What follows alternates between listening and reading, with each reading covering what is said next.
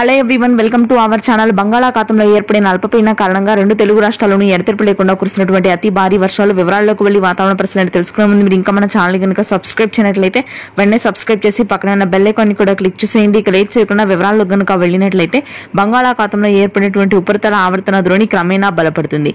దీని ప్రభావంతో మరొక 4 రోజుల పాటు తెలుగు రాష్ట్రాల్లో భారీ నుంచి అతి భారీ వర్షాలు నమోదవుతాయని వాతావరణ కేంద్రం వెల్లడించింది. ముఖ్యంగా మధ్యాంధ్ర, గుంటూరు, కృష్ణా, తూర్పుగోదావరి, పశ్చిమ గోదావరి, ప్రకాశం, ఉత్తర ప్రాంతాల వరకు కూడా ఇదే విధంగా భారీ వర్షపాతం నమోదవుతుంది.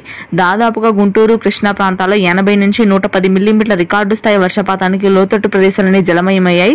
పలుచోట్ల వరదలు వచ్చే అవకాశం ఉందని వాతావరణ కేంద్రం హెచ్చరికలు జారీ చేసింది. ఇక ఆంధ్రతో శ్రీకాకుళం, విజయనగరం, విశాఖపట్నం ప్రాంతాల్లో తేలికపాటి నుంచి మోస్తరు వర్షపాతం నమోదు కాగా దక్షిణ కోస్తా జిల్లాల్లో కూడా ఇదే పరిస్థితి కొనసాగుతుంది. నెల్లూరు, ప్రకాశం జిల్లాలో తేలికపాటి వర్షాలు, రాయలసీమలోని కర్నూలు, చిత్తూరు భాగాల్లో మోస్తరు నుంచి భారీ వర్షపాతం ఉంటుంది.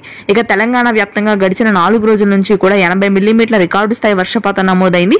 హైదరాబాద్ నగర ప్రాంతంలో ఎడతెరిపి లేకుండా కురిసిన వర్షాల దాటికి రోడ్లని చెరువులను తలపిస్తున్నాయి. గచ్చిబౌలి, మణికొండ, జూబ్లీ హిల్స్, బంజారా హిల్స్, ఆదిబట్ల, గట్కేసర్, ఎల్బీ నగర్, వనస్థలిపురం ప్రాంతాల్లో కుండపోత వర్షపాతం ఉంది. ఖమ్మం, భద్రాద్రి కొత్తగూడెం, మేడ్చల్ ప్రాంతాల్లో ఈ రోజు రాత్రికి భారీ వర్షాలుంటాయి. Thanks for watching.